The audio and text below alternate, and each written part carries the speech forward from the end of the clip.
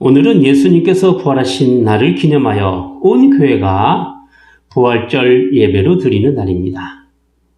기독교 이세세의 부활은 다른 종교에선 찾아볼 수 없는 매우 독특한 개념이 있습니다.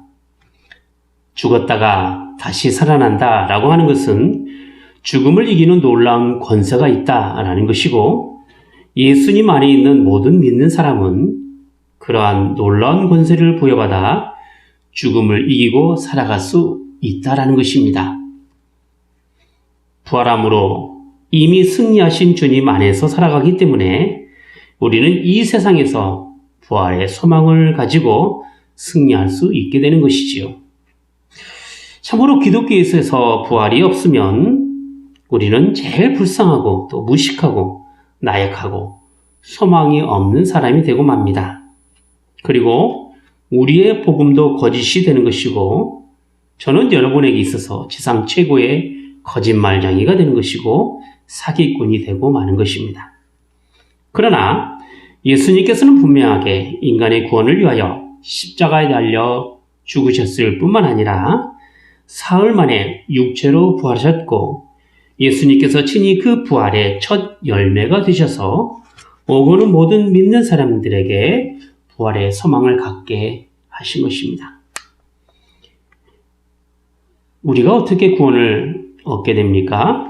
물론 구원은 하나님의 선물이 되지요.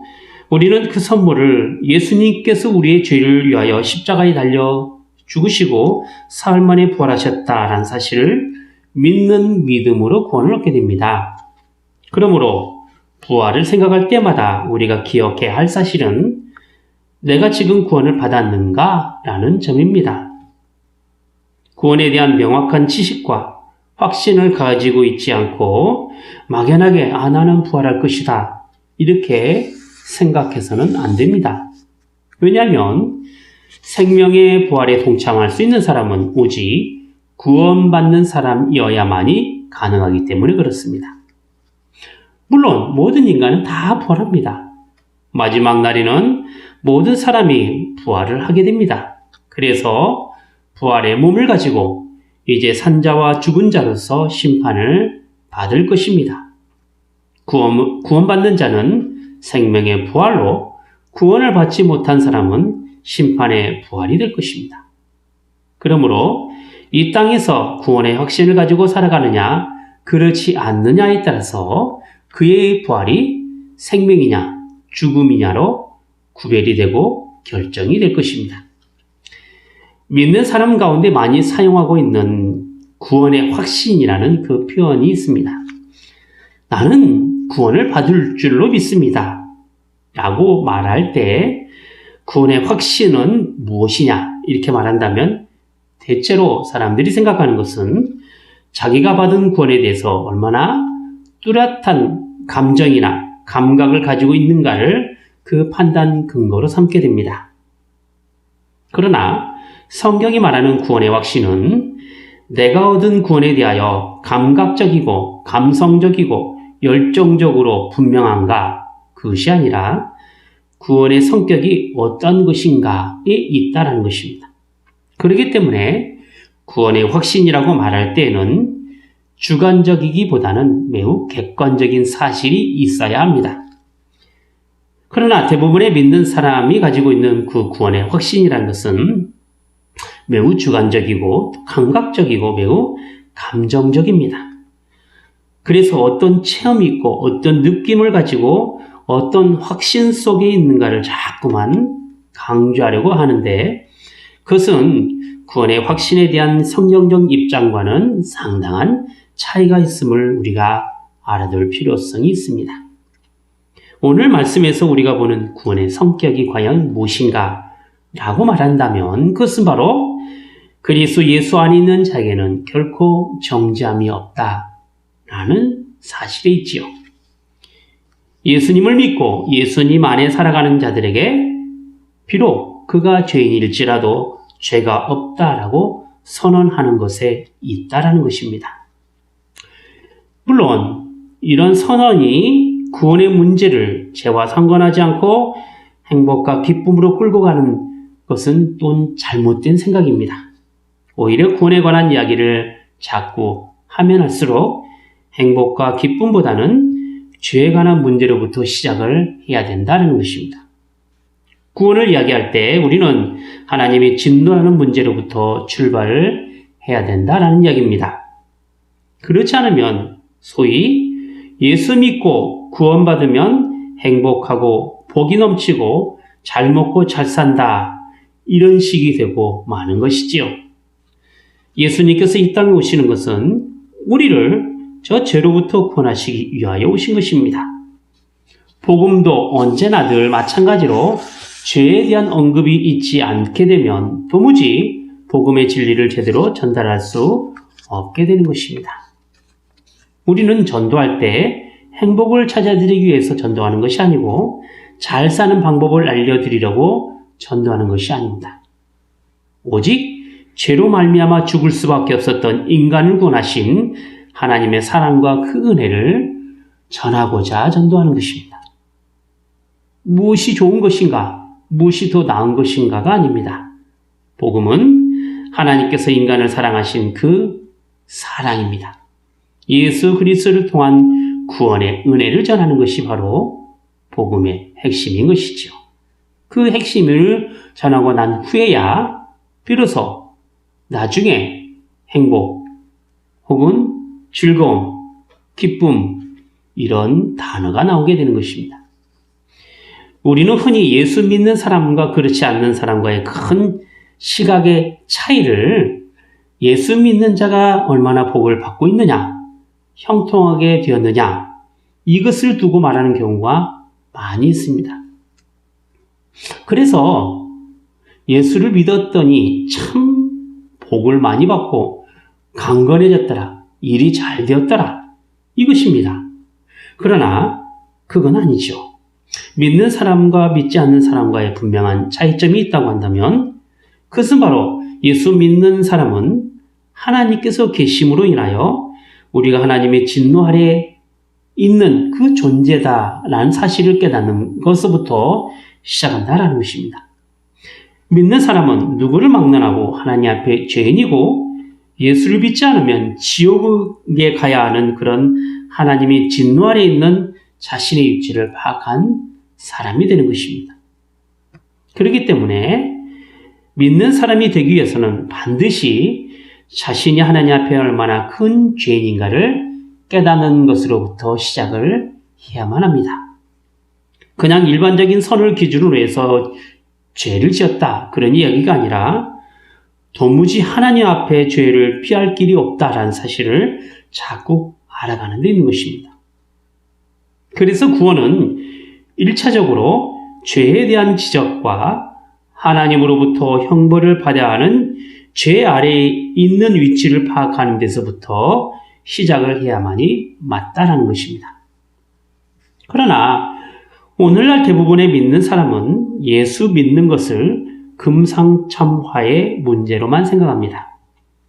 그냥 살아도 우리가 평범하게 살아갈 수 있는데 예수를 믿으니까 더 잘 산다라는 것이죠. 그래서 예수를 믿으면 더 얻어지고 더 행복해지고 더 기뻐지고 더 가지는 것으로 생각하기 일쑤란 말입니다. 물론 행복하고 기뻐하고 또 많이 가지고 살아가는 것, 인간이 살아가는 데 필요한 요소임에는 틀림이 없습니다. 그리고 믿음으로 살아갈 때 인간의 이러한 필요한 것들을 소유하고 살아가는 것은 어쩌면 더 나은 삶을 위하여 중요한 부분이 될 수도 있습니다.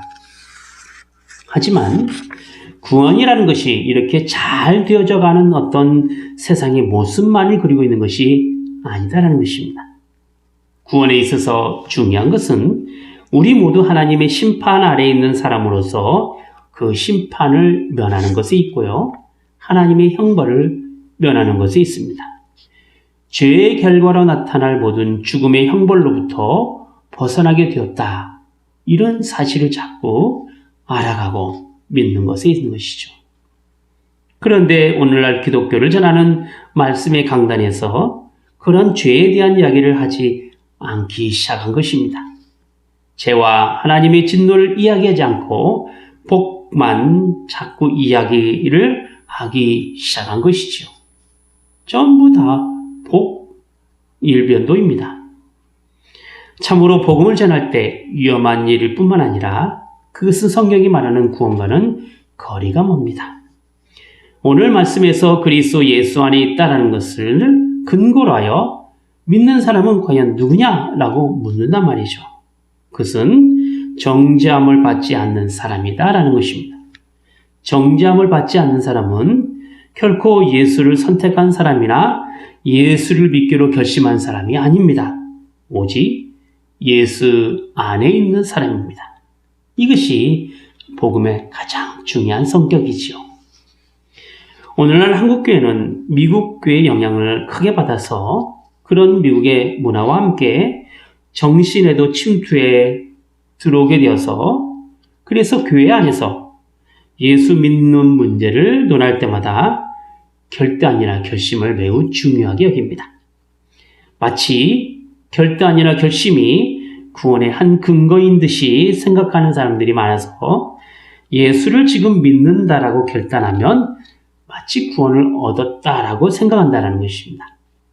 그래서 구원은 내 결단과 결심, 내 수고와 열심이라는 것이 늘 한 몫을 차지하고 있는 것이죠. 하지만 성경에서 말하는 구원은 결코 그렇진 않습니다.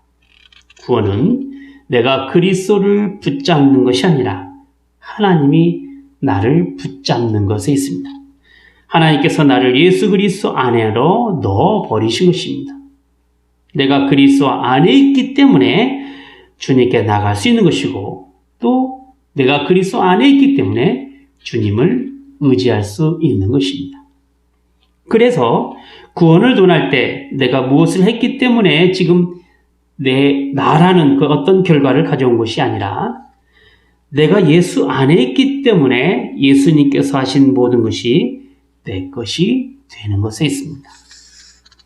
로마서 5장 10절 말씀을 보면 우리가 곧 원수 되었을 때에 그 아들의 죽으심으로 말미암아 하나님으로 더불어 화목되었은즉 화목된 자로서는 더욱 그의 살으심을 인하여 구원을 얻을 것이니라. 이 말씀입니다. 이 본문을 원문으로 해석해 보면 이렇게 이야기할 수 있지요. 곧 우리가 원수 되었을 때 그 아들이 죽으심으로 말미암아 하나님으로 더불어 화목되었은즉 화목된 자로서는 더욱 그의 살으심 안에서 구원을 얻을 것이니라 얘기합니다.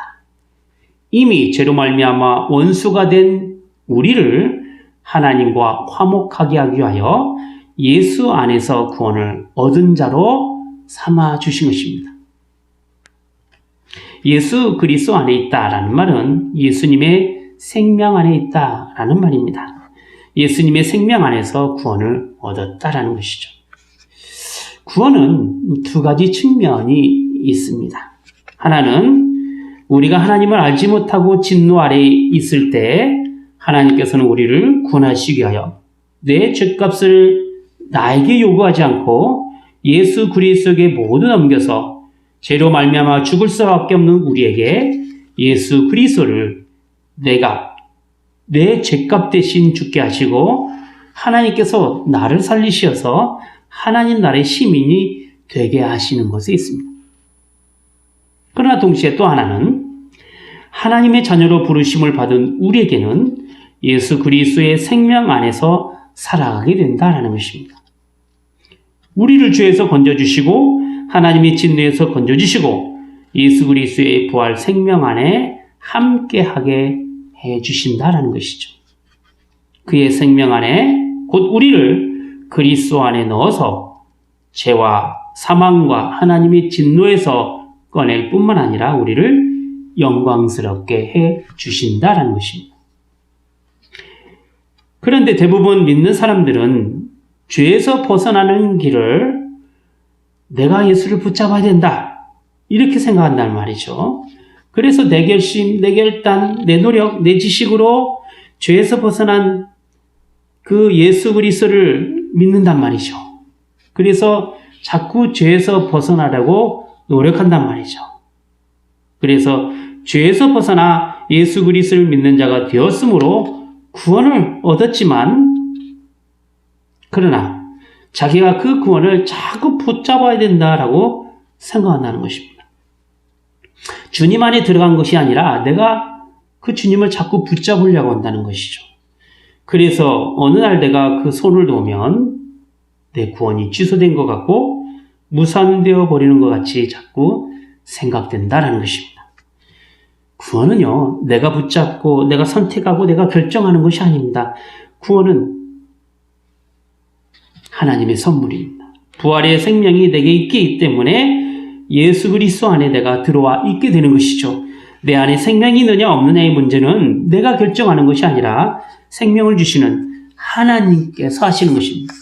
그러기에 구원을 받았다라고 말할 때에는 내 수고, 내 선택에 의해서 되는 것이 아니라 하나님께서 선택하시는 이것이기 때문에 그래서 구원을 말할 때는 언제나 하나님의 은혜를 말하게 되는 것이고 하나님의 지극하신 사랑을 말하게 되는 것입니다. 성경이 우리에게 가르치려고 하는 것이 바로 그것입니다. 그리스도 예수 안에 있는 자에게는 결코 정죄함이 없다라는 것이죠. 그것을 우리가 어떻게 믿을 수 있습니까? 그런 법칙이 어떻게 통용될 수 있습니까? 이런 이야기가 가능하기 위해서는 우리가 아담 안에 있었기 때문에 죄인이 아니었나 묻는 것으로부터 시작을 해야 됩니다. 우리가 아담의 후손이기 때문에 아담 안에 있었기 때문에 아담이 지은 죄는 곧 나의 죄가 된다라는 것이죠. 그것은 죄를 짓지 않는 어린 아이들이 죽는 것을 볼 때 알 수가 있습니다. 여러분, 죽음은 오직 죄로 말미암아 오는 것이죠. 죄를 짓지 않아도 어린아이가 죽는다. 죽음이 죄로 말미암는데 죄를 짓지 아니한 어린아이가 죽는다라고 말하는 것은 그 어린아이도 역시 죄인이기 때문에 그래요. 죄를 짓지 않았는데 어떻게 죄인입니까? 그것은 아담의 후손이기 때문에 죄인입니다. 아담 안에 있는 사람들은 다 죄인이고 그 죄값으로 인하여 죽음을 당하게 되는 것입니다. 그러나 하나님께서 우리를 죽이려고 하지 않았습니다. 우리는 이제 예수 그리스도 안에 있습니다. 죽음을 당하는 아담 안에 있는 것이 아니라 제2 아담이신 생명이 되시는 예수님 안에 있습니다. 그렇기 때문에 예수 그리스도의 생명이 곧 나의 생명이 되는 것이죠. 예수 그리스도에게 일어나는 모든 것은 내 것이 되는 것입니다. 성경은 세례에 대한 의미를 여기에 두고 있는데요. 로마서 6장 3절부터 4절 말씀을 보시게 되면 무릇 그리스도 예수 합하여 세례를 받은 우리는 그의 죽으심과 합하여 세례 받은 줄을 알지 못하느냐. 그러므로 우리가 그의 죽으심과 합하여 세례를 받음으로 그와 함께 장사되었나니 이는 아버지의 영광으로 말미암아 그리스도를 죽은 자 가운데서 살리심과 같이 우리도 또한 새 생명 가운데 행하게 하려 함이니라 말씀합니다. 예수님께서 우리 대신 죽었다라는 의미는 죄인인 인간의 죄값을 대신 예수님께서 물으셨다는 것이죠. 그래서 예수님께서 죽으신 것입니다. 우리가 죄를 지었기 때문에 죄의 결과로 죽음을 당하게 되었는데 그 죽음을 내가 당하지 않고 예수님께서 대신 당하신 것입니다. 예수님께서 인간의 죄로 인하여 죽음을 당하셨기 때문에 나는 죄에 대해서 자유롭게 된 것이고 더 이상 죄 아래 있지 않게 된 것입니다. 그러므로 예수님이 죽으심으로 내가 죄에서 벗어났다면 예수님이 살아남과 동시에 나도 살아나게 된다라는 것입니다. 그런 논리죠. 성경이 가르치는 논리가 바로 이것입니다. 예수님께서 우리를 위하여 죽으셨습니다. 그렇게 해서 나는 죄에 대해서 죽게 되었습니다. 그리고 예수님이 살아난 것처럼 내가 살아나게 되었습니다. 나의 무엇으로 살아났냐라고 한다면 부활의 생명으로 살아난 것입니다. 그리스도와 함께 죽었으면 그와 함께 산 줄로 우리가 믿으면 되는 것이죠. 그러므로 이제 예수 그리스도 안에 있는 사람은 죄와 사망이 우리를 주장하지 못하게 됩니다. 예수 안에 있는 생명의 성령의 법이 죄와 사망의 법에서 너를 해방하였습니다. 이 말씀이죠. 더 이상 죄와 사망이 우리를 다스리지 못합니다. 그리고 우리는 그리스도의 다시 살으심으로 인하여 부활의 생명을 가지고 살아가게 된다라는 것입니다. 주님께서는 사망을 이기시고 부활하사 새롭게 하나님의 사람으로 우리를 불러내셨습니다. 우리는 이제 예수 그리스도 안에 있습니다.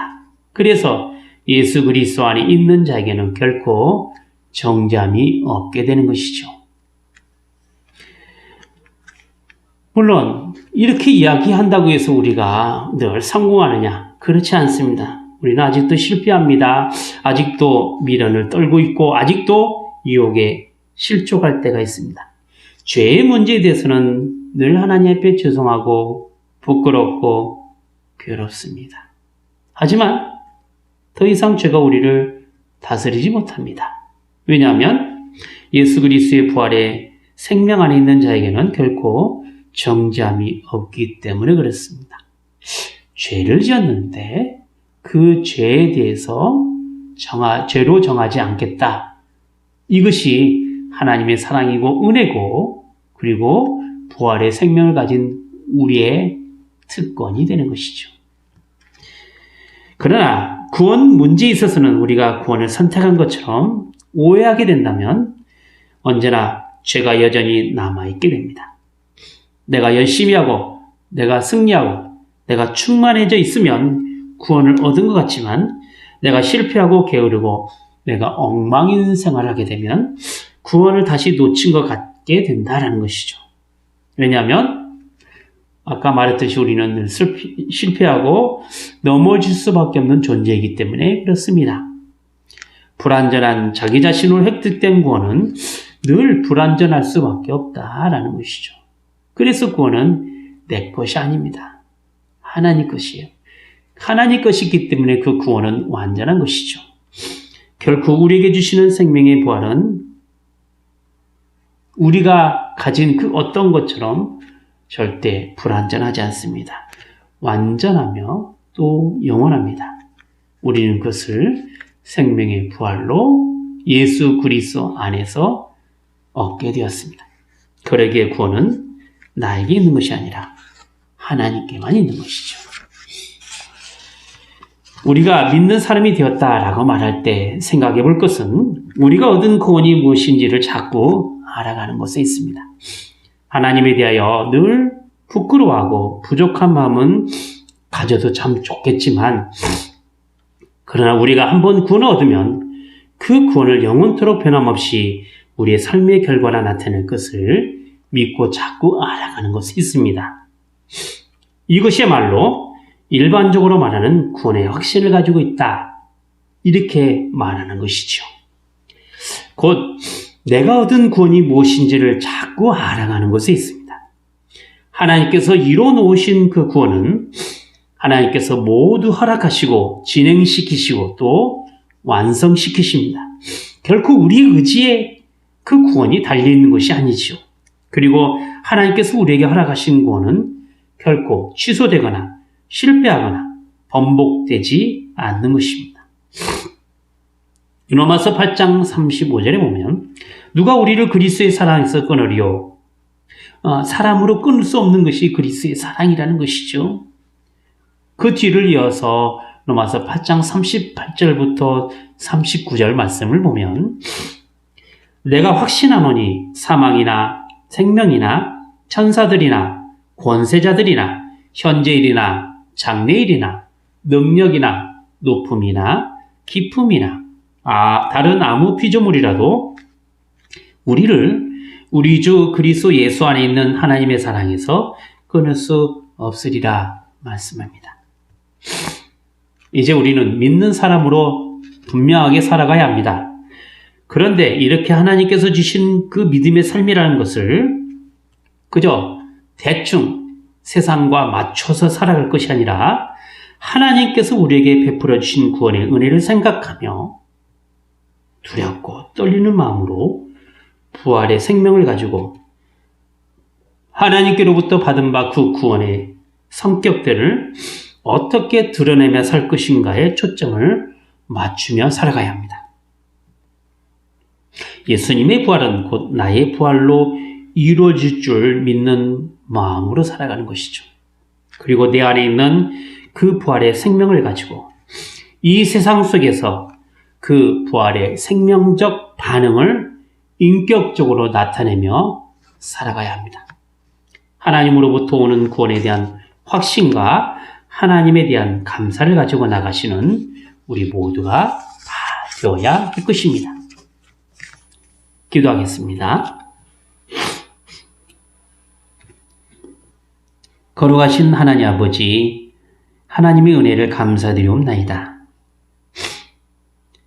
부활의 생명을 저에게 허락하시고 오직 구원이 내 선택이 아니라 하나님으로부터 온 것임을 저희가 알게 해주셔서 오직 주님의 은혜로 말미암아 참된 그 구원의 생명의 사실을 나타나게 하여 주심을 감사드리옵나이다. 그러므로 저희도 신자답게 이 땅에서 살아가게 하시고 하나님의 사랑을 받은 자녀답게 이 땅에서 하나님의 자녀로 살게 하여 주시옵소서. 마땅히 걸어가야 될 인생의 행보를 예수 그리스도 안에서 함께 힘써 걸어가게 하시고 하나님께서 주신 그 영광된 것과 복된 것들을 누리며 살게 하시고 영생에 속한 귀한 열매를 맺고 살아갈 수 있는 저희 모두가 되게 하여 주시옵소서. 험악하고 죄되고 어둡고 죽음의 자리로 이끌어가는 이 악한 세상에서 구원받은 자리의 특권을 빼앗기지 않도록 믿음으로 살아가는 저희 모두가 되게 하여 주시옵소서. 주 예수 그리스도 이름으로 기도하옵나이다. 아멘.